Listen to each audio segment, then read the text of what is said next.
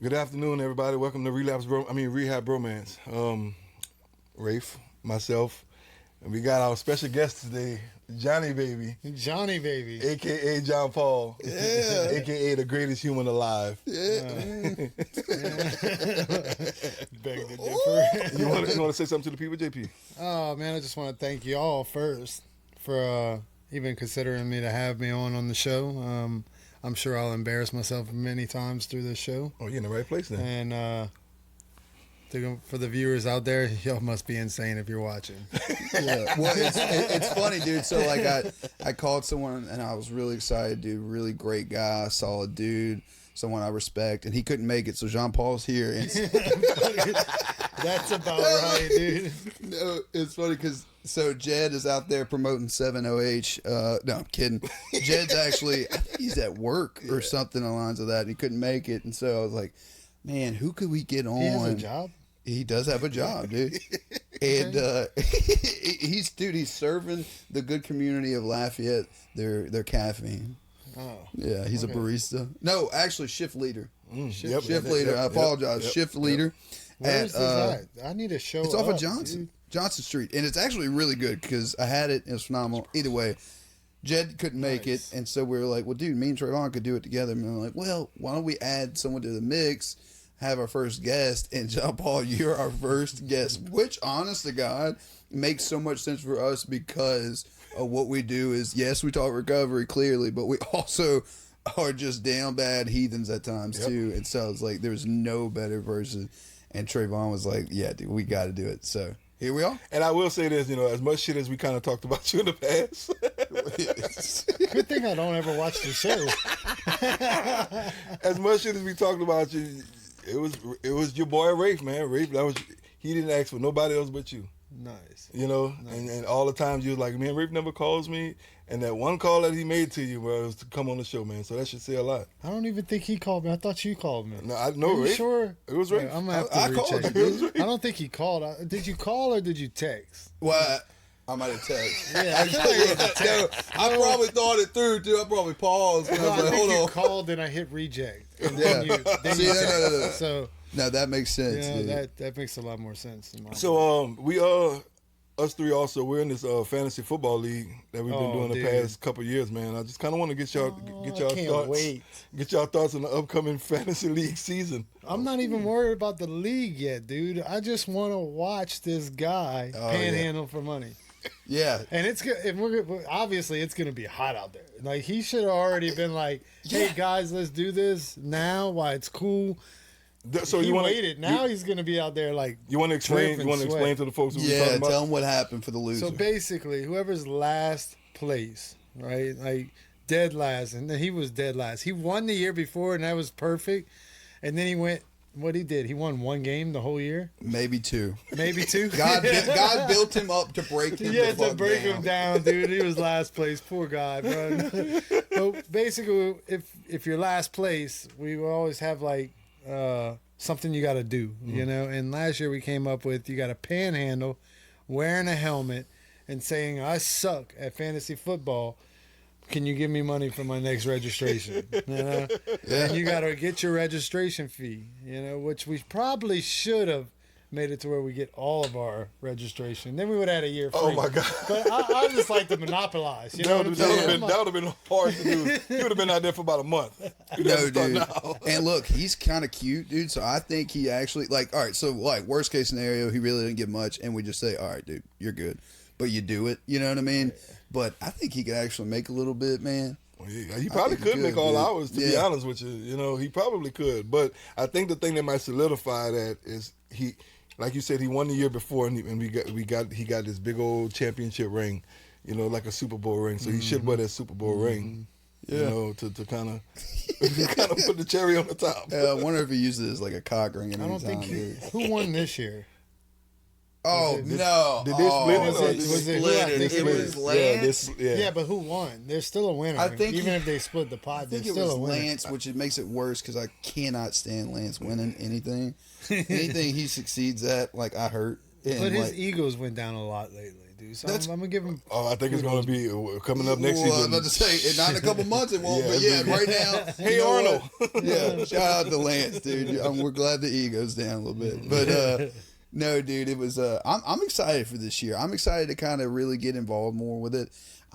Even though like there's a part of me is like, man, I want to start sports gambling like a motherfucker, and I'm like, pump the brakes, dude, because I can see myself. I know some of my boys that do it all the time, and I know how I am, dude. You know what I mean? I either don't go the inch or I go a whole fucking mile, and it would be fun, but. I am excited to see what some players do. I'd like to see who's going to draft, what rookies are going to go. I'm excited to see. I don't know. I'm trying to think who's a player you're kind of looking forward to watch. That's what I was going to ask. Player I'm looking forward to watch Fernandez for sure. I'm trying to as far as rookies goes. Yeah, I want to. It's always the quarterbacks for me.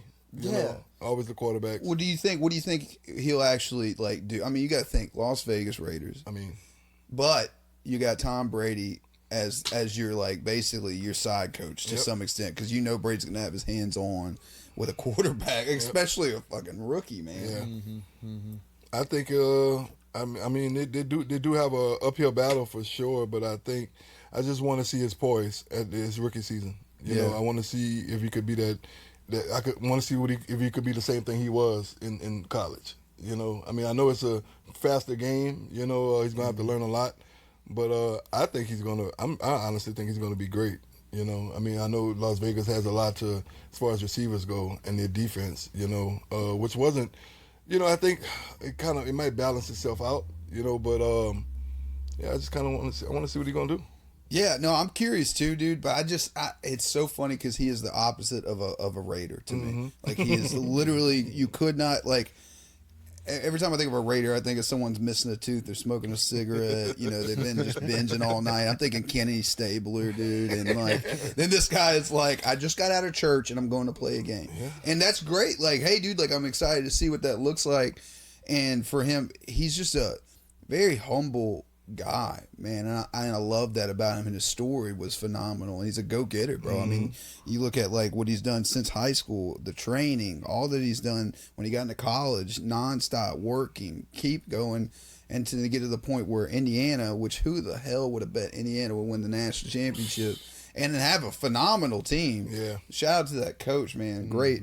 I'm excited for I'm trying to think off the top of my head like who I'm really looking forward to watching, but I do like that. Bain, that was the Miami Hurricane defensive tackle that went to Tampa. Yeah.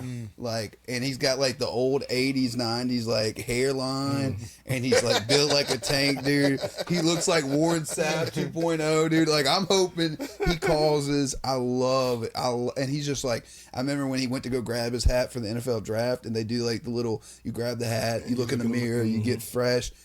This motherfucker did not stop. He went straight to the podium. He grabbed the hat, didn't turn, kept going, went straight to the podium. And I'm excited for players like that because, like, you could feel like he's got that chip on his shoulder where he's like, I still got something to prove. And I love that, like, even though, like, looking at it internally, you're like, okay, you need to let that go. But a part of me as a football fan is like, don't let that go. Yeah. Do not, like, actually feed that. And so I'd be excited. I'm excited to see what he does in the upcoming year as a rookie. Mm-hmm. So you know what I'm excited for? That FanDuel's not going to call my phone again because I just got a call like 2 days ago. Sir, you have not done any sports betting yet lately? Is there a problem? Are you betting anywhere else? Because the only time I really bet anything is during football season. Yeah. And I don't bet much. Like, I barely sports bet, you know? Yeah. I might go through like $250 through the whole year. You know, like, and I just play off the money. I might hit once, but most of the time I lose. And by the end of the year, I lose it all. You know, but it's like these dudes called me up 2 days ago, and it's just funny that we're talking about it. And they're like, "Hey, are you betting anywhere else?" And I'm like, "Look, I'm good, thank you." You know, like this. Yeah, I'm betting on me right now. Just give me a break, dude. What about the as far as our draft goes, man? Who y'all looking to get? Ooh. I'm still like really bad with names. Okay. So, and I've always been that way. So like I got involved with this 3-4 years ago, right? And before that, I didn't know a damn player. Yeah. So I'm still getting. I don't even know the rookies coming in. Like I watched the draft with Adam the other day, bro. And you know, it was a cool thing. But you can't sit here and tell me a name and I'm gonna put it to the face. Well, look, I'm not even the rookies just though. What really about, bad with that. What about the players So that that's you've why been I getting? just kind of shut up. Yeah. About the players you've been getting before. Dude, I just go off the list, dude. I'm one of those. You know what I mean? Who got the highest points for this pick right here? Well, this name sounds familiar once I read it, you know, and I'm like, Man, you know the players, you know what? man. I know Some you of know, them I do. Some of them, you know, but it's got to, you know. So, okay, so say you got the first pick. As long as I get my Josh Allen, dude. Okay, I'm there good, we go. dude. You There know we what I go. mean? There we go. Okay. He, you know, you just can't go wrong with him, bro. You really can't. You really can't. I'm kind of waiting for the fall off for Christian McCaffrey, dude. I think you're going to keep waiting. I think you're going to keep waiting, man. I think it's going to happen either this year or next year, dude. I love him. Like, I'm not, like, knocking the guy. It's just, he's such a workhorse. He's always got, like, touches. It's either running or he's catching, but he's always doing something. He's like, he is the game plan. That is the focus. Like, Yeah, but is he going to be hurt? Is he going to be hurt? Like, and then you know also, what I mean? well, but also, like, he's coming up on 30, man. And so I'm curious with him and Derrick Henry, like, how long that can last. Because every time we look at the running backs, man, once you get to that 30 mark, right around 30, the decline is dramatic. I mean, look at LaDainian Tomlinson. I remember he goes from MVP to a solid season to what? Even towards Barry Sanders, man, the same thing. Barry, dude. You know? I love Barry's my favorite running back of all time, by the way. I think he's the greatest also of all time. I'm looking forward to seeing James Cook because I feel like he's still developing. Ooh, yeah, that's good. And That's a good what he one. did last year, I feel like that was just like he's just scratching the surface. Yeah. What about you? If I could get him this time, bro, because I didn't last time. The Colts running back. Oh, Jonathan Taylor. Yeah, Jonathan Taylor. Yeah, if I could get him, man. You know. So if I'm in front of you, I know what we're talking about this. So Jonathan was like, Colts We're running gonna have a back. whole nother Good, episode man. on this. Talk about developing though, man. You know, and even like the season before that, he didn't even want to be a coach because of everything that was going on with Richardson. Yeah. You know, and even they still have to really find themselves a quarterback. I don't know, dude. I can't believe this is coming out of my mouth, but I kind of like Daniel Jones. I really cannot believe that is coming out of my mouth. I think if he wouldn't have got hurt, they would have been okay. You know, but they fell off. They did great at the beginning of the season, Like and, 7-0 or yeah, some shit. and then they declined after that. You know. Yeah, no, So- that'll be an interesting story to follow just to see what Daniel Jones does after that year. Because I mean, look, dude, you leave New York and then I guess you win a Super Bowl. Look at Sam Darnold, went from the Jets to all the other teams to Seattle, And and then then you got Danny Dimes going from New York to Colts and starting off 7-0 or something along the lines of that, and. I think a lot of it has to do with that is the culture around there. I mean, like when you're losers for so long, that's all you know. So the people around you are cool with the bare minimum. right. But speaking of like cultures that had arose was, I mean, New Orleans going from so 2005, man, you get Drew Brees, you switch up the whole game. Sean Payton comes in, you draft Reggie Bush when you could have got Mario Williams. Oh no, Mario Williams went to Houston, and then Reggie Bush went second, which I felt like Reggie never lived out his real potential, but I think he did what he did was great. But anyways, and so they get resurrected. They go to the NFC Championship, lose to the Bears and Rex Grossman, and then 2009, boom, they beat Brett Favre in the NFC Championship, and then win it against Peyton Manning and the Colts and Tracy Porter with the pick six, and then the haircut, dude. He had the Lombardi on the side, Oh my dude. God, bro. But then, anyways, and then of course Bad the year for curses. us. Yeah, but then, successful, but couldn't win the big game again because of the craziest circumstances. The Minnesota Miracle, the catch two. Then you had the no call. I mean, dude, it was just like ridiculous thing one after That's another. all I ever hear about from Adam. No, but that's fair, dude, because that is one of the greatest missed calls of sports history. Like that is like top 5, no doubt. Yeah. And then they go through a resurrection of like, okay, you lose the GOAT of Drew Brees, second greatest quarterback, maybe third greatest quarterback of all time, in my opinion. He's definitely top 5. Yeah. You lose him, you lose your coach. You hired Dennis Allen, which was that was such a stupid decision. I thought so too. He was never a good head coach. He's a great coordinator. Keep him at that. and then it flips. You get Kellen Moore, and then you're like, what are we gonna do? And then someone rises to the occasion. Tyler Shuck, and produced, man, for definitely that, which I think it was really cool to see, and so I'm excited to see what they do with that. I think the trajectory is going to definitely ascend. You know, I mean, they can't go anywhere but up from where they're at right now. Yeah. You know, I just hate what they're doing with Alvin Kamara, man. I talk about. It reminds me of Reggie Bush. I don't think he could produce for sure, but it seems like he's not happy. You know, and you know, them not playing him when I think they should. Maybe something behind the scenes that I don't know. You know, but he's he could be another Christian McCaffrey. Oh, you know what I'm saying? There's no doubt. He's definitely the same player. Puts out, bro. Yeah, he really does. Yeah. His potential could have been. I think so. Where Christian gets is the consistency, but I think Alvin probably had a higher ceiling, possibly. I don't know. Christian's such a dog though, and his dad like basically raised him to be a freak athlete. I mean, I remember there was a story where Christian would like go to school, and of course Friday nights, and everyone would be wearing jeans because you wear jeans, and his dad was like, "You're not wearing jeans. You're wearing sweats that keep your legs loose." And then he'd be like, "You're wearing sunglasses outside every day before you go to practice before a game because it causes migraines in the sun."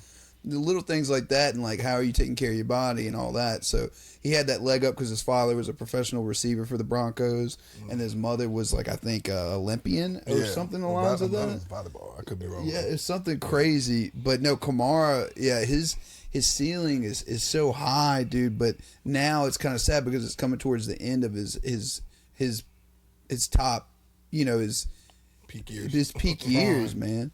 And his prime. Yeah, his prime. And it's like, damn, dude, I wish he'd had more. It's kind of like those like players you look back at and you're like, damn, I wish they had more, like Larry Johnson for the Chiefs in 2006. Like he was coming after Priest Holmes, dude. Yeah.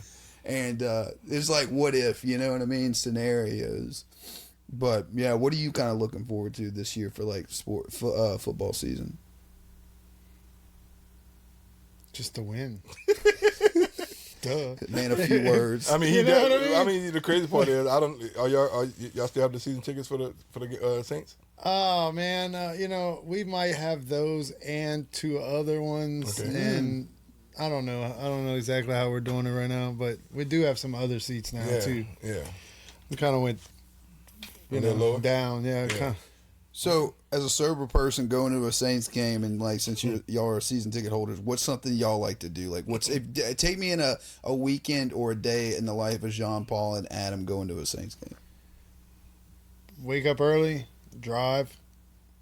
You know what I mean? Yeah. We normally stop, get some gas on the way there. We don't like go too early before the games. You know, we hit that. I think the best part about it, not just being with my buddy, is now that I've been a season ticket holder, you get to know the people around you.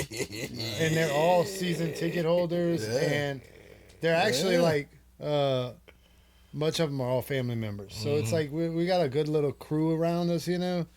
So you start to get to know them, bro. So whenever they do anything good, it's like the fucking volume goes up, dude. You know what I mean? So then you get into it. Because I've never really been a football fan or... You know, I was just a soccer guy, you know what I mean? So I always hated on football because, like, it just was a thing to do. I went to Carencro High. So football was, like, the end thing because of, you know, Kevin Falk and all that growing up. Yeah. You know, so I came in there and I was just a soccer guy, you know. So the only thing that they wanted us to do was the kick for them. And I was like, I ain't kicking for y'all. Hey, some soccer players made some of the best kickers for us, dude. No, definitely, you know. And I probably would have done well with it. But so I just kind of always hated on it until I got sober. And then now I open my mind to a lot of different things. Yeah. So I get to enjoy it. And now I'm starting to learn some of the people, the names, the positions. I didn't know any of that. Like you couldn't tell me. Like, I was like telling Adam, like, well, what's the point of that? You know? And it's like, well, you see, if you do this, and I'm just like, okay, I'm gonna have to ask you a lot more questions, bro. And I'm sure Adam was so patient with you. He really was. Thank God it was him. Anybody else, I'd been like, bro, leave me alone. I'm gonna try to watch the game. YouTube it, motherfucker. Well, I knew, like. if the Saints weren't doing good, don't ask questions. If they're doing good, this is the time to ask. Yeah. You know what I mean? Yeah, that's good, dude. So, but now it's like I just enjoy it. But after the game, we always have a thing. Like we stop in Metairie to let the traffic die down. We go eat at the Swamp Room. Nice. You know, and it's got a great burger and stuff. You know, and just hang out right there. Last year they had what's that guy? He used to be a player, and now he does like the Bobby or whatever. Bobby Hebert. Bobby Hebert was over there. Yep. And he would do the little thing in the back, you know. So we'd kind of go pop our head in, watch that a little bit, you know. Yeah. So that was pretty cool this past year. That was different with the Swamp Room. Nice. But they got some good burgers. So if you ever in Metairie, bro, hit Swamp Room up for real. No shit. This is not a promotion. I remember he couldn't go one Sunday, and I ended up going with Adam. And bro, I'm there, bro, and I noticed this guy. You know, bro, this dude was loaded, and bro, he's eating a lot. You know what I'm saying? Like, and his stomach is like huge. You know what I'm saying? So like his food is literally like on his stomach, and he's just chomping down. The stomach fighting to get on the table. Bro, so JP goes to the next game, and I'm like, JP, tell me if you see this guy, man. He takes a picture, and he shows me the guy, and the guy's like, yeah, he's like sleeping, sitting up. His stomach holding him up. Oh yeah, dude, the food's everywhere. It's all over his Everywhere, stomach and bro. everything. Everybody's looking at him, dude. And Don't this give is a like damn. all year long. This guy would show up and do the same thing. He would like come sit down. After about 10 minutes in the game, he'd take a walk. He'd come back with a whole bunch of food, right, and drinks, and he'd just eat. Like gurging it, like dude, crumbs. And, I mean, not even crumbs, dude. It'd be like a half Whole a chicken chip. wing. it'd be like Half a jalapeno chicken wing, peppers. dude, sitting on his stomach, dude. Like, this is not even an exaggeration, bro. Like, and then he would just sit there and he'd have this drink in his hand, and it's not even alcohol he's got in his hand. He's just got a Coke. No, it's a Diet Coke. Because you gotta wash it Yeah, you down. got Diet Coke. Duh. All right, so look, speaking of getting loaded, man, I kind of want to bring up something in other news. Britney Spears pleaded guilty to reckless driving. Oh, really? Oh, really? Dude. You know, Nice. DUI, of course. You know what I'm saying? So, like, what do you guys think about her? I don't know if it's a decline, I want to say, man, because she's still popular because she's always in the news just for the wrong reasons. How many DUIs has she had? It's been quite a few, man. I mean, And probably more than we know, right? Yeah, I probably would more than assume. we know, right? Bro, like just from where she was, because I mean, I used to crush hard on Britney, man. You know Oh what I'm yeah, saying? me too, dude. I mean, Oh, know, baby. You know what I'm saying? To her, shaving her head and doing all these wild. The iconic photo of her trying to break some window with, I think, what was an umbrella or something along to that? to the knives, to dude, everything. I thought it was perfect, dude. Like that was you know what I mean? Like she had the right bipolar and everything, dude. Louisiana That's like woman, what I was dude. into. Yeah, you know? no, I know. Yeah, Yeah. but then I got sober, and now I only like half the bipolar. You know? Yeah. If you could just bring that half the time, Yeah, we're good. You know. it's wild, dude. Because like I look back, like her, and then Tiger Woods with that recent thing going on, and I mean Tiger's been, I mean like he's talked about it somewhat of like having some kind of help and recovery to some extent,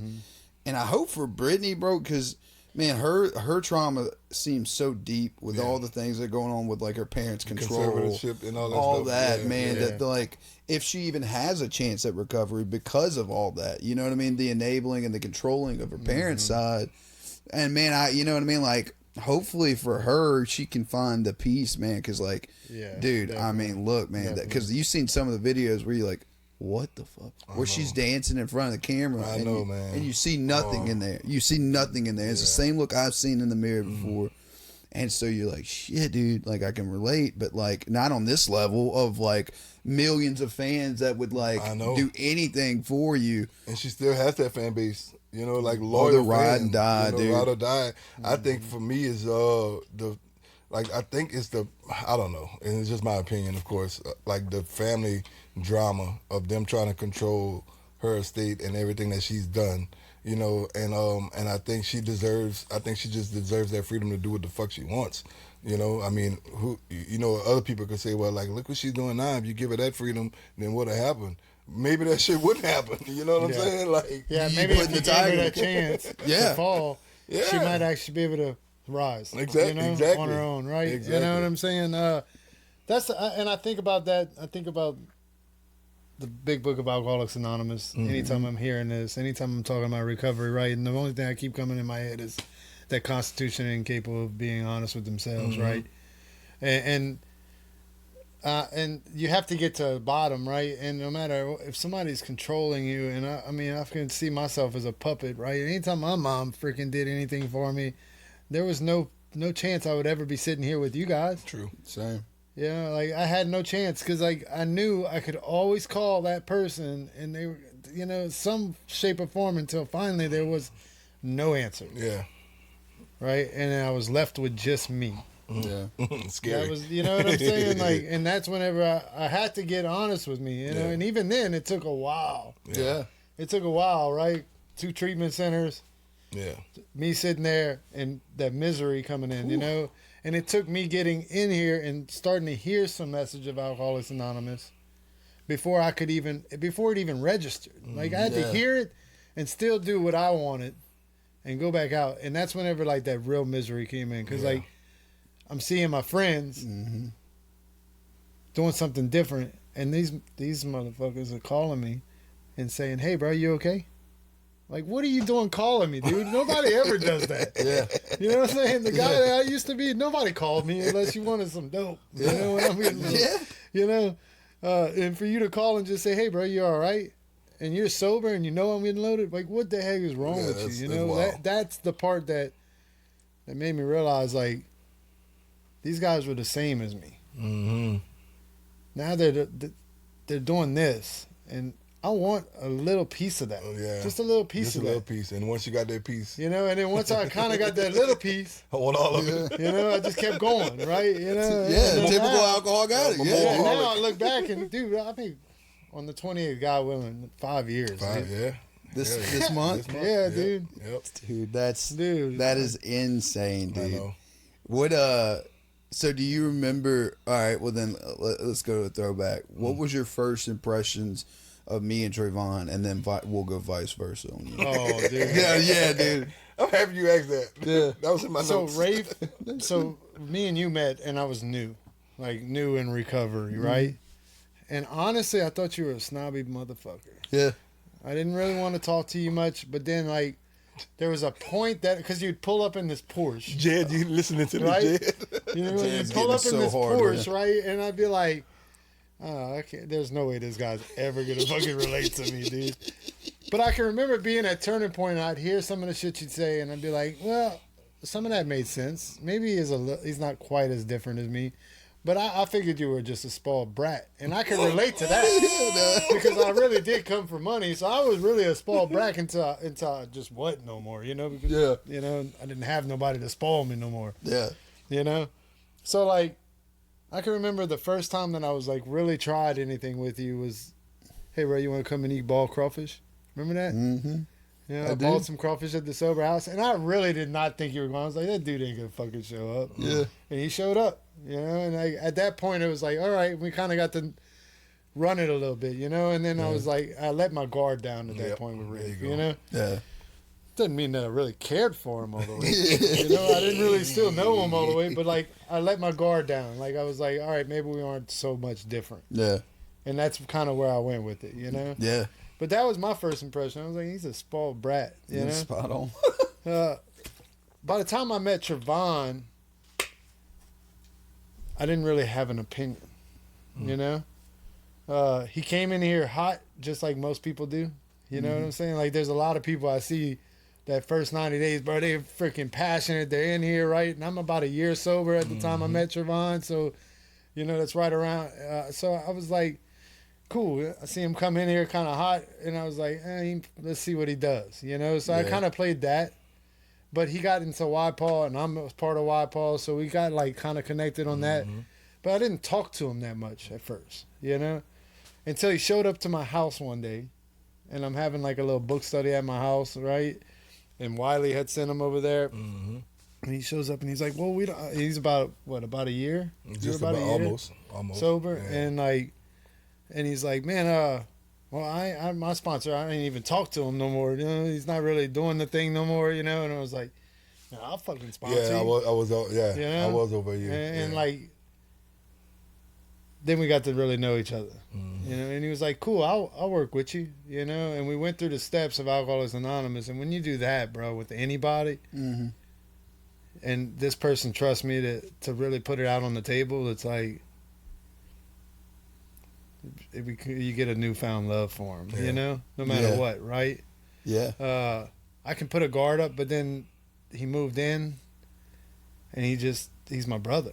Yeah. Like, you know, I don't sponsor him no more because we got too close. Yeah. I get right? that.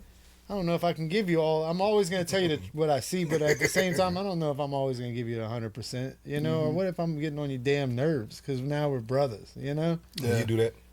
Yeah. You're supposed to. Well, then I got a question for both of you. I was like, what did you learn from each other that like had immense growth for you, like and like affected you today, to where, or at least you were seeing something and you were like, because for me, in my experience, most of the time I learn more from my sponsees than I do my sponsor almost.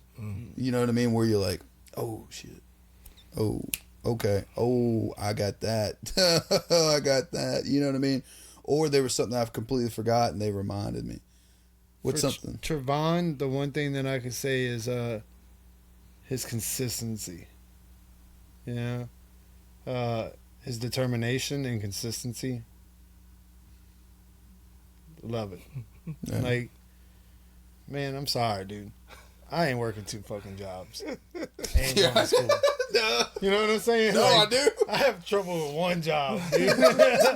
You know what I mean? Yes. So, I mean, 1 job in school I could have probably done if I had to. Luckily, I had some skills that God's putting to use, you know? Yeah. For me. But watching that man do what he does like that on a daily, bro, has just been because I want to quit a lot.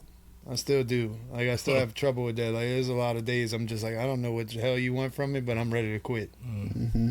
You know, because that was my thing, right? That was my DOC in life. Yeah, quitting. Everything gets tough, dog. I just quit, and then I go back to using. I mean, I can still quit today sober and be all right for a little while, you know. But eventually, I'm probably gonna go get loaded. Yeah. You know what I'm saying? Because I'm not doing nothing good. Yeah. And just seeing him being consistent in life, and not changing it up for anybody. You know. What was your? So when I first met, I remember that, man. I used to come there with y'all, and I remember first walking in there, and I was like, man, I'm not in the right spot. Yeah. But I think what drew me in was like how I ain't gonna say a bunch of men. It was like probably 8 or 9, I don't know, but they were getting vulnerable with each other, man. And I think that uncomfortability is what made me want to run. You know what I'm saying? But it was something that I wanted though, you know. And I started to get to. Well, I've seen JP. I remember meeting him in treatment. You know, he came there with some guys. You know, and once I was consistent with going with the meetings, I would see him around, and you know, he would share a lot. You know, and I listened to what he had to say. And I think God brought me there in that moment when I had just made a year and I didn't have a sponsor, and He said that, man, and I don't think I even hesitated, you know, because I was in desperate need of a sponsor because I had been missing. I knew it was one thing I forgot to really put down on paper, and He got it out of me, man, and I think from that moment, from that 4 and 5 for me is when I think my level of love grew for JP a lot. You know, and because I shared something with him that I hadn't shared with anybody, you know, and I think people knew, you know what I'm saying? I don't think they just knew the extent of it, you know, and yeah, man, we became brothers after that, man, and I was like, yeah, I definitely can't have him as my sponsor no more, you know, because I mean, it was there. We went to New York, you know, that was awesome. That was Richard. That was an expedition. I even love Richard. Oh, dude. yeah. I do. That was an expedition for sure, bro. But it was fun though, man. It was fun, bro. And really great. And I think, man, I was sitting here just thinking about it. The one thing that you talk about consistency, like I knew from what we shared with each other, you know, what we had been through. I'd seen like the dad that he was, you know, and I think that was something that I was striving for because I was consistent with my kids, but I wanted to do the things that he was doing for his kids, knowing the uphill battle that he had to fight. It's kind of like we were fighting the same uphill battle, and the consistency was what I seen in him that I emulated, you know, and I think me doing that got me where I am today with my kids and their mom. You know what I'm saying? And that was something big, bro. Funny thing is, I thought the same thing about you. So, you know, the whole time we both seeing the same thing inside each other, bro. Yeah. We're really both just following each other. Yeah, definitely, man. You know, so But that's really, the cool thing, though, dude. Neither That's one the of us are fucking really great. leading. We don't know who's leading right now. No, but that even. But it's just that's what I'm saying, bro. Like I was watching you with school and everything, but then yet you'd still get on the phone and you just talk to your son. Because I have trouble with that. I have trouble, like, I'm not used to being a dad. Even now. Yeah. Like, I still have trouble talking to, like, one of my sons. I have trouble with talking to him. Yeah. I love him. I just have trouble talking to him. Yeah. You know? It's me all over. Yeah. Yeah. So it makes it even harder, dude. Yeah. It makes it so much harder, dude. Yeah. You know? Well, Such a little smart ass. And I love him, don't get me wrong. No, you know? oh yeah. Well, I bet it's just the frustration of like you constantly see yourself and you're just like, oh, I want to stop. I can't stop that. Right. Yeah. Oh, I want to. Oh, like I haven't got to that point with Rafe yet, but that's something that I'm aware it's gonna happen, and hopefully I'm in the present moment. And when it does start to happen, I'm able to allow God in instead of like my self fears and stuff like that, the insecurities and shit. But that's something where you just kind of like, oh man, because like I've talked about it on here before, is like, how do you allow them to be the person to be, and the same way you got there was through your pain and experience. Same way your dad did with you. Yeah, which is so scary. Not really. I mean, your dad did a good job with you. He was If you think about it, yeah, no, he really did. And a lot of that too. Before I get on to you and Jean Paul, is that a lot of the things that I do today I carry because my dad taught me. Like even it's like opening the door for people, or it's little things of saying hello to others, and like God gave me that ability to talk to people, but like my dad made it a point to teach me how to do these things, and like how to be approachable, shake their hand, look them in the eye, talk to them like a person, get to know them, trust them until you have no reason not to trust them. you know that's one of my hardest things inside recovery I've had to deal with. Really? Is watching other people with their father. Yeah. I never had, like my dad, I mean, I'm 18, 19 years old, dude. He cut me completely out of, I haven't never talked to him again. I mean, I ran into him at a gas station. He didn't even want to talk to his grandkid. Yeah. You know? Now, I know today that he had some other stuff going on. He was sick still, right? Yeah. I learned that through Alcoholics Anonymous, right? But seeing other guys and how their dads are, I have to learn how to be a father from them today. Yeah. You know? Yeah. I hear you. And so I had a hard time dealing. When I first got sober, I did jealous, you know? And then now today I look at him like, okay, that's awesome. You know, I'm happy because I had to learn how to be happy with me, you know? Yeah. Right? But I learned from a lot of people's fathers, you know, other people's fathers. I got dad figures today. Yeah. You know what I mean? Makes sense. That teach me. Like my men's group. Yeah, I mean it's funny. Look, because my dad, like, dude, again, shout out to my dad. He loves you, man. Like, I love him too. He's great. And the only thing Jean Paul had to do to get my dad's love and attention was to feed him right. And look, my dad's like, "Hey, how's Jean Paul doing?" I'm like, "He's doing good." That's why 9 times out of 10 I cook for everybody. I'm like, Hold on, I have to do this real quick. Yes, hello. Hey, what's up, man? God, he couldn't. oh Lord. Are y'all recording? Yep. Yeah. Am I live? Yep. Yeah. Who is sitting in my chair? Rafe. Me? Yeah, Rafe. Yeah, me. Where is there a third person with you? Is someone else in the room? Yeah, we have a special guest on. Jed, that's representing 70H, is on live podcast right now through the phone. Jed, will you say hello to our special guest, Jean Paul? Jean Paul. I don't know a Jean Paul. No, Jean. Jean. Jean. Jean Paul, like Sean John. No. Yeah. Yeah. Sean Jean Paul? Yeah. Jed is coming from us live from the 708 headquarters right now. I am actually. Hold on, I gotta let me rail one real quick. All right, we're good. We're good. We're good. I left What's the the jail topic? out What are y'all today, talking too, about? guys. The topic is fatherhood and other men's fathers and other men being father figures. Oh, dude, abandon your family. You can run that. I missed that. I've been abandoned. Didn't Hey, Jed. what does Sean John know about being a father? Jed, He doesn't have kids. Jed, any advice to the listener? He doesn't have any kids. I would say.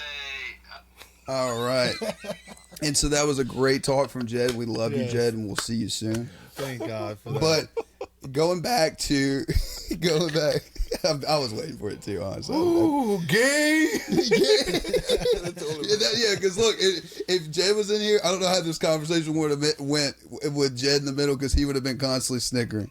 But it's cool because I think back when the first time, like I was thinking about, like when I met you, and we had this conversation, and we were kind of talking, and I was like, because I was going through something in and during my time, and I was like, he's so naive, dude, and I was dealing with a girl problem, a Rafe problem, and but then we kept talking, like after meetings and stuff like that, and you were like, hey, why don't you come eat with us? And I was like, yeah, dude, absolutely. Like I wanted to learn how to get comfortable with growing relationships with people I didn't really know, and I felt like you were my cup. And so when I got there and we got to know each other more, like it's almost like in the beginning of recovery, you're like, you're cool, I hear you're in recovery, but can I fuck with you cool? And like learning, you kind of like taking little baby steps in the water, both of us.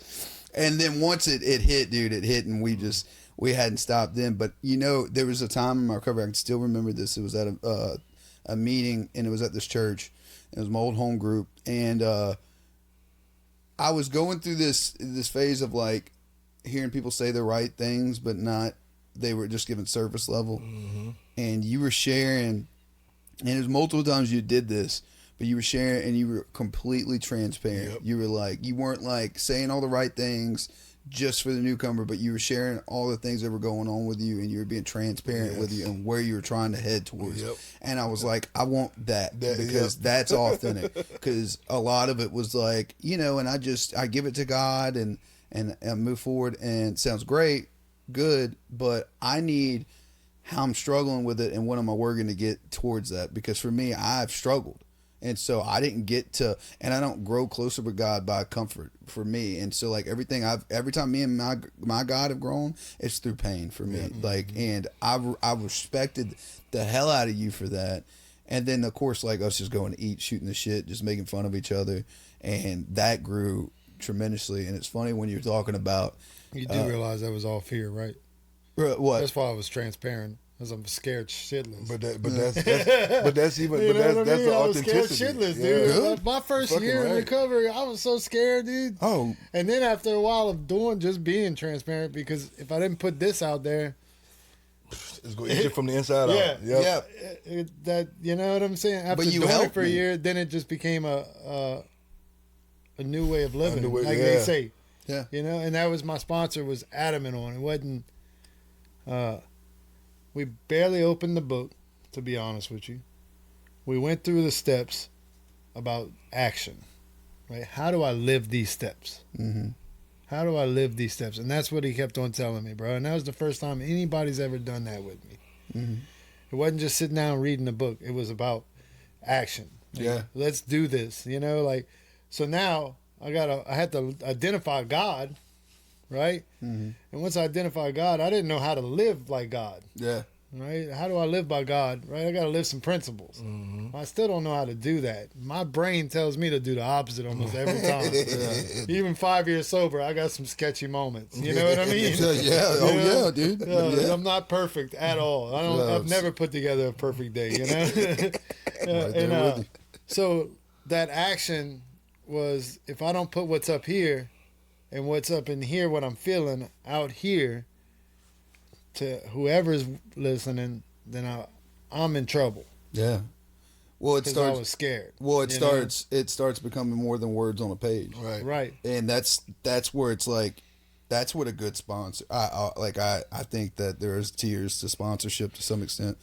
That's just my opinion. But that was that was so good with Reinhardt was that, yes, he was reading this book to me, and God, he was a long-winded motherfucker. Oh, yeah. But he was showing me, he was putting me on game by his actions of what he was doing, and he'd say, "Follow me," and I would follow him. And then the reverse psychology of that was really and truly a sponsee is showing me the route he's going, and how do I navigate that with him, and how can I best show up for him to show him the best possible outcome or the best suggestion I can, without thinking I know some shit.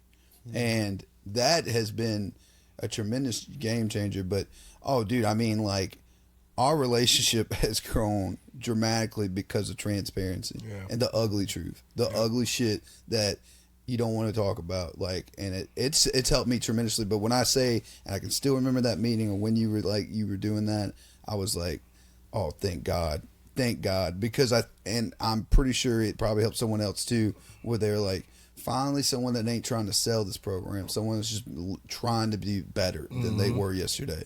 And I related with that so much that, yeah, man, it still carries to this day. And so I know when I need to go through and talk to somebody about some shit, I know you're on the list. Yeah, I feel like I could say the same thing, man. I love when you come and talk to me because I like to insult you. Every time, but this dude calls me about some shit. Oh, well, let me hear it. And then I insult him a little bit, and then I'm like, all right, let's really go through this. I think the crazy thing is, though, man, and I spoke about this before with you, JP. Like, you're willing to say the things people don't want to hear.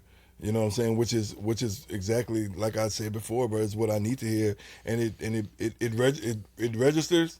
I may not act on it then, but I guarantee you, when I do my nightly reprieve, like, that shit is playing in my head. You know what I'm saying? And that's when I take the suggestion. I may not take it in the moment you tell me because of the way you tell me. Don't ever change that. You know what I'm saying? But it still like resonates. You know, to where, okay, I don't have to work on this like immediately, but the progress of it, you know, and it just always plays the tape back in my head. I can remember when the problems that I would have, and you know, you were just blunt. You know? Yes. You were just blunt, bro. It wasn't sugarcoating. It wasn't no pussyfooting around. You know, you just like like kicking the nuts all the time, bro. And it stings, but it's effective though. You know what I'm saying? And that's why I think it helped me, along with the things you would share in meetings that I would hear, and how vulnerable and transparent you were being. It definitely like helps. It helped me in my recovery. It still does. Yeah. You know, because you still the same person. You haven't changed. Yeah. You know, don't change that at all. Yeah. That's a superpower of yours. Well, you know, the superpower came from a lot of people dying. Yeah. Look, I'm gonna tell you right now. Well over 100 people I know in my life have died before I even got in recovery. I had people die in my arms, you know? And I remember holding these people and doing everything I can to try to make them breathe. And there's nothing I can do. And them still dying, right? Including one of my best friends, right? And it made me just want to die for years. All my, you know, like, that's what I was going for when I got loaded. I wanted to end this, you know. Today, being able to live, the only way I can live with me is to put it all out on the table for you, right? So you come to me, if I hold back and you die, I have to live with that pain. Yeah. And I don't want to feel that pain no more. Yeah. I'm okay with what I had to deal with, right? I'm okay with me today. But if I don't put it out there, I have to deal back with this pain. I can't live with that. Yeah. So if there's some of those people that don't want to hear that blunt shit, I might not be the guy to talk to. You know what I mean? You know what I'm saying? Because at the end of the day, it's not about you. I'm still being selfish. I got to be able to be all right with me. Yeah. You know, I got to sleep at night. Well, I can think of a kicking nuts story. I won't go into detail about it because I don't want to cause harm. But yeah, we were at Mel's one time, and I was going through it, and you just hit me with the truth so hard, like I didn't want to eat. I was like, fuck. Okay. There's been a lot of moments with you though, right? No, you didn't. No, I didn't. No. Look, I'm trying to think. I'm like, there's been a lot of moments at Mel's, and there's a lot of things I told you. No, and look, dude, it's funny because like I give Jean Paul crap, and sometimes not even intentionally. So we did like a barbecue for Mardi Gras, and we were putting on an event, and Jean Paul was cooking for us. And let me tell you, I forgot about every single thing other than the barbecue pit, but that I didn't bring. And that does check out. You told me the story too. he's just getting so fuming, he's aggravated. Oh my god! And like every time I'm like forgetting something, and I'm bringing something, I'm like, Jean Paul, we gotta hurry up and get it going. And he's just mugging around, walking around, just pissed. Bro, I got pictures of that day, and you could see the look on his face. Dude, at the end of the day, I'm trying to enjoy some of the parades too, right? Yeah. So I got, like, in my mind, I'm like, I want to be here at this time. I want to start barbecue. I want to be done for this. That way I can enjoy some of the festivities. None of that worked out. None of that happened. I caught about half of the last parade, I think. Yeah, no, look. And then I got him a little Elmo doll, I think it was. I was like, here you go, Bubba, you got a little friend next to you. Because it was everything I was forgetting. And, dude, it was a good time. But man, we've had some good times, like, man, traveling. We went to my dad's camp out there, and that was nice. That was when Bella was. I can't wait to go back. I don't know why we haven't done that. I know it's been Mayan lazy and procrastinating, and all the other bullshit excuses I can come up with. But I remember, doing stuff like that, and then of course, like when we would meet up at like Archipald, that was such a great time. Dude, I love Archipald. I do too, man. I like it from a distance. Trevon and then still doesn't know about Archipald. Yeah, dude. Like, look, I'm not a Paul guy. You know that. I'm really not. I can care less. Saying something that Ray's been there and I haven't, right? Yeah, but Trevon, it's so. I like, honest to God, like, all shit aside, dude, that's where I connect with God more is in the nature. I'll be there this year, man. He would come the year that I have half of a cabin. You have half of a cabin? Yeah, on site. I'll make it happen. You couldn't pay. Yeah. No, I'm getting Airbnb. There ain't no fucking way. I'll ask Chip will hook me up. I'll ask Chip, man. Dude. But I'm coming this year. I had to go through some hoops because that's Princess's birthday weekend. Bring Princess. No. That's how you do No, that. yeah, it's called healthy relationships. No, dude. she wouldn't. Camping? Hell no. Dude, she would not do that, bro. She would not. So I had to literally get Chris Brown and Usher tickets. Oh. For her birthday. It went from one end to the other, dude. Real Chris Brown and Usher too. Damn, dude. No, you won, dude. So I can do whatever I want. Are you sure financially you'll be I'm able to going make with that? it. Yeah, I'm going with it. Oh yeah, you smart man. No, that night's gonna be a fun night after. Dude. Well, no, look, dude. Good thing we can't have kids no more. No, look, dude. Look. We when we went, so that was like the first time I hadn't went with Bella on a trip, and dude, I was like, oh my god, I can't wait. Like, I was so excited, and it was so nice. And about day 2, on the way there, little man calls me. He goes, "Hey, Daddy," or he said something he never really said before, and I was like, oh fuck. I was like, damn, dude, this is gonna start off like this. But anyways, go with Russ, Sam, James, and me, and then meet up with the guys later. And dude, we had a great time. When I tell you, there was not one spiritual word came out of our mouths except from Reinhardt. Reinhardt was our guide. And dude, we're driving on the way back, and this has been like a weekend of just busting each other's balls. And I'm really in gratitude, and we're going, and the sun's kind of shining, and I'm like, guys, I'm really grateful. And Russ goes, "Shut the fuck up, bitch." You little bitch, or something like that. I was like, well, there he goes. It killed it. I'm trying to get home now. Yep. And but no, Arkansas was. I love Arkansas, dude. I think it's beautiful. When I'm closest to God is in nature, man. It really is. That's my spot. And I think it's cool because I got to saw a guy that me and him used to use and live with, and he's dating a girl that's in the program. She's up north in North Louisiana. He is too, but I didn't think I'd ever see him. You know what I mean? I didn't think I'd ever see him on the other side. We'd lost so many people from overdoses and, suicide and all this other shit. And then when I saw him, it was like that. I'd known he was going, and I was like, you tell him I'm looking for him wherever you are. Like, let me know. And so I see her, and I'm like, where's he at? And, dude, I would just go running towards him, dude. And Nicole B, from Baton Rouge, she helped me out. I appreciate that, dude. And I hadn't seen him in forever. And to see him on the other side and doing good and looking healthy. And because he was like one of those guys that used to have like Facebook profile pictures, and you're like, oh shit, been up 4 days, no doubt, dude. You're like, he's like, I'm like, oh shit, and then now seeing it in this totally different light, and you're like, hell yeah, dude, because like, I was talking today, and funny enough, a client knew a good friend of mine, and rest in peace, Evan. I love you, dude. I miss you, and it's so funny because I thought about him the other day. And I was like, I wonder what he'd be doing in sobriety. Like, I wonder what, like, you know what I mean? Like, what would he be doing? Because he was capable of so much. He was, always the middleman, but, like, he could have done so much with that.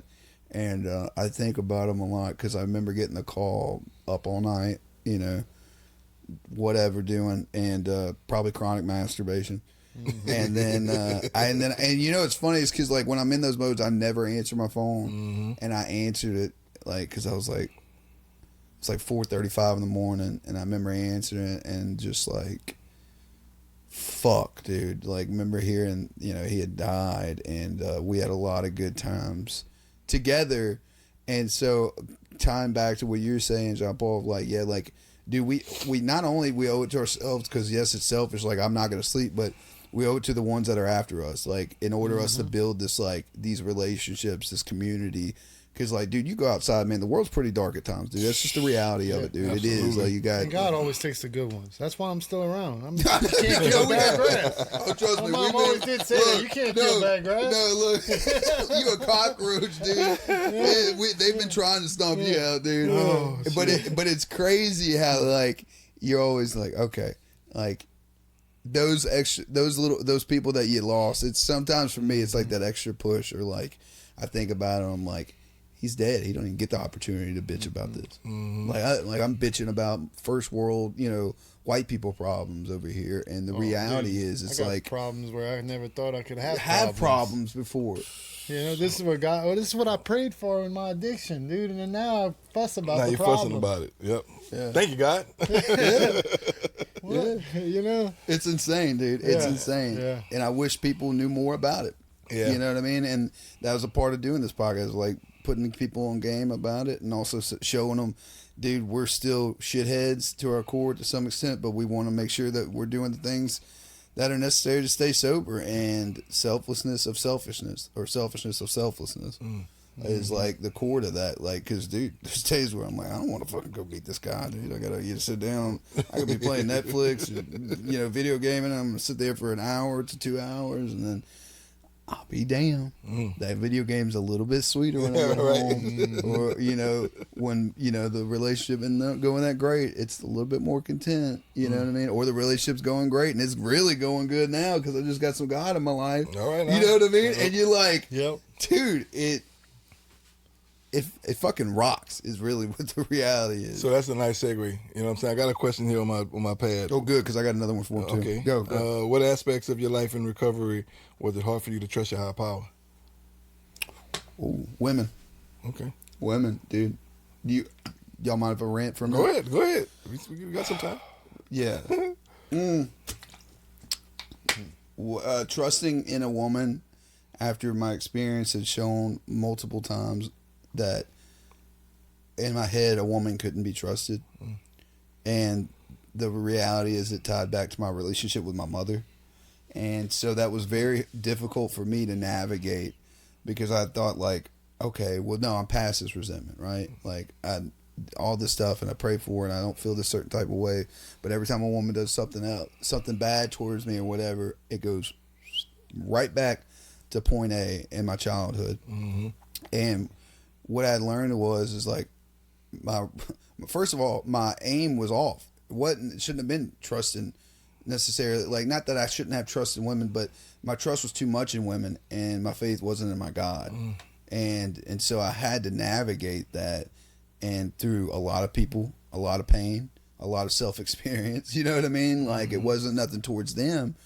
It was a lot of towards me and what I was looking for. But a lot of it, tying back to it, was childhood of my mother not knowing unconditional love and her trying to learn unconditional love without having the tools, and me picking up on that and expecting that's all it was offered. Yeah.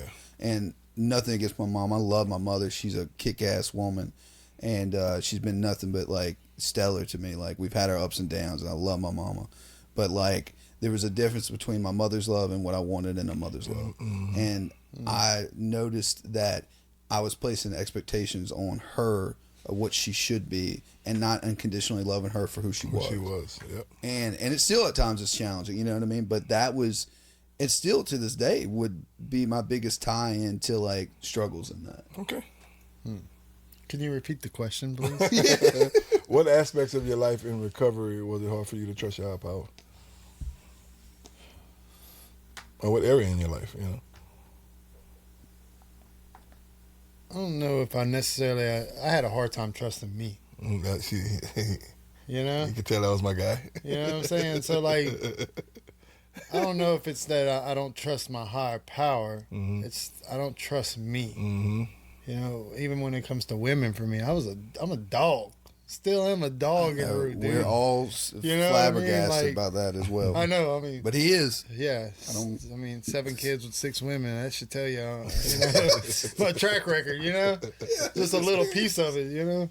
Anyway, but so it's like for me with the women thing, which I whenever Ray first said it, I was like, oh fuck, that's me, dude. You know. But now I really, it had nothing to do with my mom. It just had the fact that I was a dog. So the only way I could trust anybody else is if I'm doing the right thing. I still have trouble with that. Like a girl like my picture. Oh, well, she definitely wants me. Now I want that validation. So maybe I should send her a text. That shit's hard for me not to do that no more. Yeah. Which I'm not doing that. I'm not being that guy. Yeah. Right? So now I can have a little trust into somebody else. Right. Does that make sense? Yeah, You know? no, So- it does. Dude. So like, it wasn't that I can't trust my higher power. I can't trust me. Yeah. You know?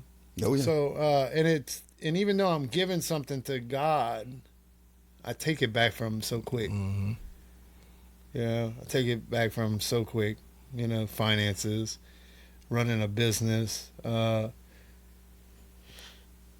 how to communicate right in a business. You know, because I'm not a best communicator at times. Surprise, I know. Yeah, you're too I blunt. know.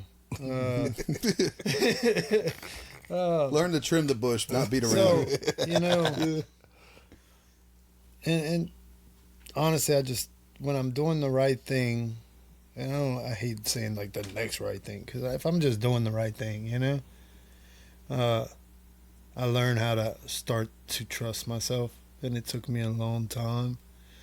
And even today, there's certain things I have to question myself. You know, so if I'm not doing my due diligence, Yeah. then you know.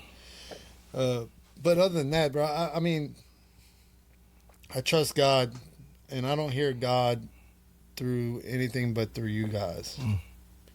So there's that transparency. I need to hear God because I'm stubborn. You know, so I put everything out there to where I hear God. That's the only way I can go about it. You know. Yeah. I'd have to piggyback off of you. That was my thing. You know, it's myself. You know, you always hear trust God, clean house, help others. You know, and I didn't even know who I was. You know, and I think that's why it was so hard for me to even trust myself, because who the hell am I? You know, I didn't have an identity coming into recovery, man. I literally was just trying to emulate the people that I thought were doing right, you know, or the suggestions I always talk about me taking, you know, and even now, you know what I'm saying? Like I feel like, I mean, I'm confident in myself. I know who I am now. You know, I know what I want to. I know what I want to do, but is it what I'm supposed to be doing? You know, so like that's the thing that it's having me to kind of navigate. But I always try to at least take a step back, you know, and I ask God, is this what you want of me? You know, or like, if I want to do it, then I shouldn't be doing it. You know, that's the thing. You know, and I mean, I never know if it's the right thing until after the fact. You know, and if it's a mistake, then I learn from that mistake. but long as that mistake is not detrimental to my recovery or hurting others, and sometimes it does hurt others, sometimes it does that, it's not intentional, but where is my part in that, where I went wrong, and how do I make that right immediately? I'm just not going to let that linger. So I think for me, it's just I had to learn who I was. I had to learn those morals and values again, you know what I'm saying, and what I want out of life, and just going about it the right way. That daily and that nightly reprieve is absolutely vital in learning that, you know what I'm saying, because I know I'm not the same person I was 2 years ago, even though I was sober. I'm gonna continue to change, and it's just learning who I am still, even through the process. Yeah. So I like how you said that, learning my morals again, right? I tell people a lot, like when you read We Agnostics, it talks about the fundamental idea of God is instilled in each and every one of us at birth, right? So when I look at a baby's honest. I can depend on it to take a shit. I can depend on it to eat. Yeah. You know what I'm saying? It's forgiving. I could drop this baby on the head and it's gonna look at me after it stops crying and it's gonna love me anyway. It has unconditional love. It has all these principles that I didn't even realize that I had at one time, and I was taught to do all the opposite stuff. Yeah. And that's that became my new higher powers, the stuff that I taught because that's what I chose to go. So now I have to relearn these morals. But it was there all along. right. I knew right from wrong. But I chose to do the wrong. Yep. And you knew you were doing it. Yeah. You're right. It became the new new norm. Yeah. Right? Well, it takes a while to retrain it too, dude. Like, I mean, I'm retraining my brain in a lot of avenues. You know what I mean? Like some areas you're just like, I feel like in the beginning God just takes away some things. Yeah. He's just like, whew, like almost like a magic wand, and then others is like, that's gonna be a lot of work. Yeah. Mildly work. Go work with another alcoholic kind of work. But yeah, it's more of like, there's some things I was just like, there's no way, and then just like poof, it was gone. But then the other things were just like a lot of, all right, I'm gonna give you this defect a little bit later. You're gonna be able to handle it then, or then this, but I'm gonna need you to rely on me more. And that's been it's been a cool part of the journey, because I remember Reinhardt only giving me 6 defects at first, and I was like, damn, dude, I'm pretty good. He's just giving you the tip, huh? Yeah. But then I remember going back and asking, I was like, dude, I've heard someone had like 100 and something. And he's like, oh, you got more? He was like, but You can only handle 6. yeah, let's just do 6 right now. I was like, oh, fuck. 'Cause, like, I'm in my head, I'm like, dude, I'm not as bad off as everyone. You know what I mean? Separation, you know? And yeah, shout out to Reinhardt, dude. That's my guy. But no, man, it's it's been a hell of a journey, especially like looking back with, and you're coming up on 5 years, God willing, and seeing, getting to know you more on a personal level, not just at the meetings or going out to eat, but furthermore, it's been pretty cool, dude. And I'm glad that you came on, and I'm glad that you're the blackest white person we know. There we go. There we go. I had to say it. I am black from the waist up. From the waist up. That's his thing. That's his thing, man. So before we close, I don't know if you saw or if y'all saw. So Avengers on the 18th, Dunes on the Christmas Day. They changed it? They changed it. What? Yes! Yeah. I mean, kind of, yes. Because I was kind of planning to go double dip. Avengers? Avengers is on the 18th of December. 18th. Yeah, And- see, and I'm do- not even looking forward to Avengers. I'm just being honest with you. Set him on fire right now. No, I mean, dude, after the end game, it's like, all right, it just threw me for. I'm just one of those. It's like y'all just fucked up the whole Avengers to me. Like, I mean, I don't disagree. I do still watch them though. So, Yeah. I mean, I still like watching them. Don't get me wrong, and I love the way, like, I love it. Don't get me wrong, but God, man, Like, could have done something. I think different, for me, look, I was But, with you. I was you with you know? on it because that was 7 years. Yeah. That was my At biggest least. thing. That was my biggest thing. It took 7 years for him fucking come out with another Well, they one. only got half of the Avengers. How are they doing the Avengers? Well, we about Anyway, to see. We about to see. but But yeah, Dune. Oh, dude. so they were both Yeah, playing. They both had them released on the same day. Yeah, they were going to call it that's what the biggest Doomsday. thing. They call it Doomsday. Yeah. Yeah, so now they separate them. So at least from what I've seen recently, I think it's a smart decision because one's going to get fucked. Yeah. Like if they would have had it on the same day, one would get. It's just how it would work. And I think Dune would have got fucked on it. Even though I've said this, is I think Dune's going to be a better overall movie. Yeah, Avengers will definitely. be more for comic book nerds, fanboys, cameos, all that stuff like that. Even though I'll probably like Avengers more because of that, I think Dune, again, like I said, will be a better overall movie. I think it's a phenomenal Avengers film. is going to be better for the kids. Well, the For the kids comic and, book, and like, the grown right, yeah, kids. yeah. So, Exhibit you A. know, I think they're both gonna gross at least half a billion.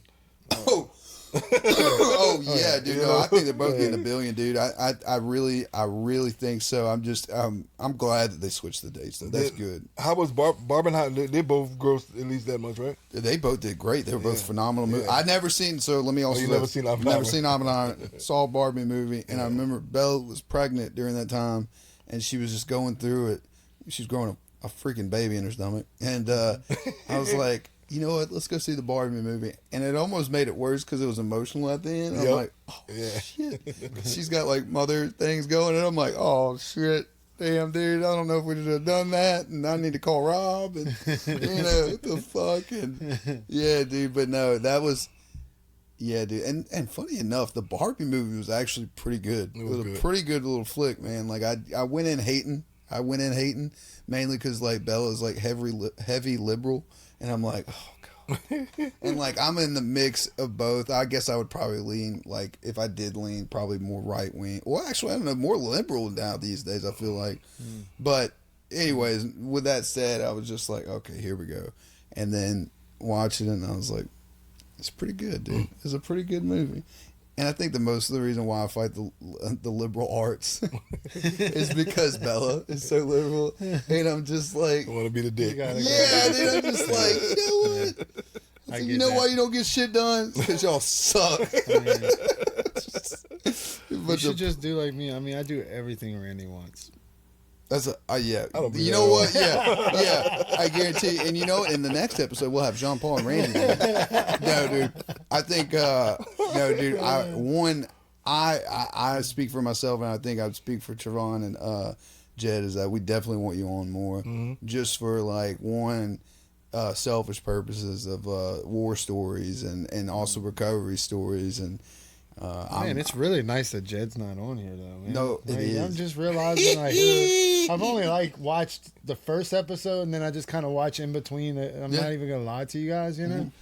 But every time Jed comes on, it's like yeah, mute turn it. that off, dude. No, dude, no. Don't tell him I said that though.